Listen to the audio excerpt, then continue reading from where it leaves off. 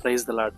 దేవుని నామానికి మహిమ కలుగును గాక. కానా అను ఊరిలో చేసినటువంటి మొదటి అద్భుత కార్యాన్ని మనం చూసి ఉన్నాం. యేసు ప్రభువు వారు చేసినటువంటి రెండవ అద్భుత కార్యాన్ని ఈ రోజు మనం ధ్యానించబోతున్నాం.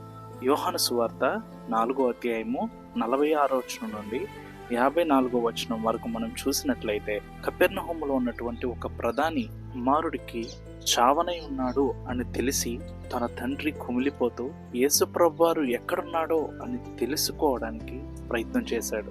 ఆయన యోదయ నుండి గలిలయకి వస్తున్నాడని విని ఆయన కోసము తను వెళ్ళి యేసు ప్రభువారిని కలుసుకొని యేసు ప్రభువారితో అంటున్నాడు, అయ్యా, ఆ కుమారుడు చావనై ఉన్నాడు, దయచేసి మీరు వచ్చి నా కుమారుణ్ణి స్వస్థపరచవలసిందిగా కోరుచున్నాను ప్రభువా అని వేడుకున్నప్పుడు యేసు ప్రభువారు, నీవు వెళ్ళుము, నీ కుమారుడు స్వస్థపడతాడు అని చెప్పినప్పుడు ఆ మాటను బట్టి వెళుతున్నప్పుడు మార్గమధ్యంలో తన యొక్క దాసుడైనటువంటి పనివాడు తనని ఎదుర్కొంటాడు. ఎదుర్కొన్నప్పుడు తను చెప్తాడు, ప్రధానితో ఇలా అంటాడు, అయ్యా, నీ కుమారుడు స్వస్థపడ్డాడు అని చెప్పినప్పుడు, అవునా, నా కుమారుడు ఎప్పుడు స్వస్థపడ్డాడు అని అడిగినప్పుడు అతను చెప్తాడు, నిన్నటి మధ్యాహ్నము 1 గంట సమయంలో స్వస్థపడ్డాడు అని చెప్పినప్పుడు ఎంతో సంతోషిస్తాడండి. ఏ సమయమందు నీ కుమారుడు స్వస్థపడతాడు అని చెప్పాడో అదే సమయానికి తన కుమారుడు స్వస్థపడ్డాడు. ఆ యొక్క తండ్రి ఎంతో సంతోషిస్తాడండి, ఎంతో విశ్వాసం ఉంచుతాడండి. ప్రభువు చెప్పినటువంటి మాటను బట్టి తిరిగి వెళ్ళిపోతున్నాడండి.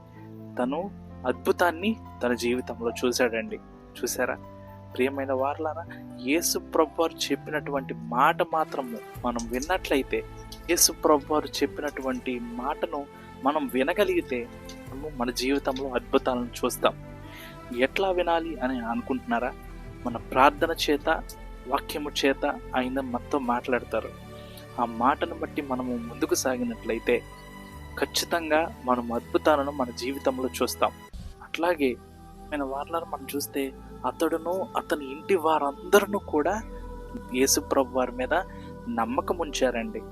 యేసు ప్రభు వారు చేసినటువంటి రెండవ అద్భుత కార్యాన్ని మనం తెలుసుకున్నాం. అట్లాగే 3వ సిరీస్లో యేసు ప్రభు వారు చేసినటువంటి 3వ అద్భుతాన్ని కూడా చూడాలనుకుంటే తప్పకుండా సబ్స్క్రైబ్ చేయండి, ఫాలో చేయండి, మీ ఫ్రెండ్స్ అండ్ ఫ్యామిలీకి అందరికీ కూడా షేర్ చేయండి. ఈ చిన్ని మాటలను దేవుడు దీవించును గాక. ఆమేన్. God bless you.